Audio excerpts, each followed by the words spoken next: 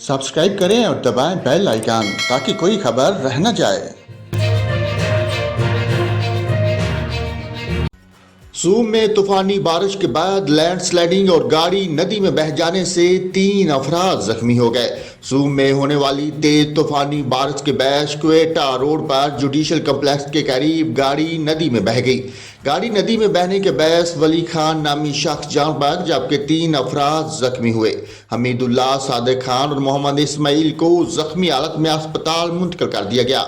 शहर और गिरदनवा में आज होने वाली तेज तूफानी बारिश के बैस जिला शेरानी के मकाम दाना में लैंडस्लाइडिंग के बैस रोड बंद हो गया।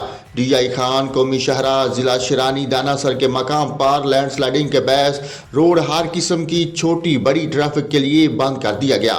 जिला इंतजामिया की जानब से शहरियों को हदियात जारी की गई कि शेरानी में तमाम मुसाफिर हज़रात सफ़र से गुरेज करें। जब तक रोड को मुकम्मल साफ नहीं किया जाता तब तक रोड मुकम्मल तौर पर बंद रहेगा।